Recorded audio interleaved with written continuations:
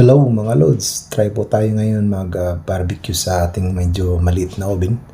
Meron pa tayong isang pirasong manok. Ito po mga ingredients na nakahanda na po siya. Makikita nyo naman dito sa video.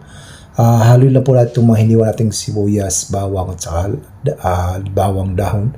Tapos may patis, laurel, paminta durog, oyster sauce. Saka siyempre pipigyan natin ng limon ng mga 2 piraso.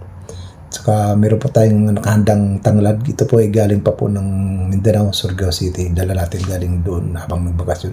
Ito po hinalo-halo na po natin. Saka butasan po natin yung mga bawat kilid para gawin natin liquato yung manok para hindi siya mahirapan habang nasa loob ng oven. At saka tutusukin na rin natin po siya at saka ayusin natin sa loob.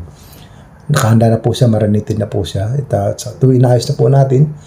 Para hindi masayang po, nagsabin po tayo sa ilalim ng mga parang potato chips para yung patak ng mga pampalasa doon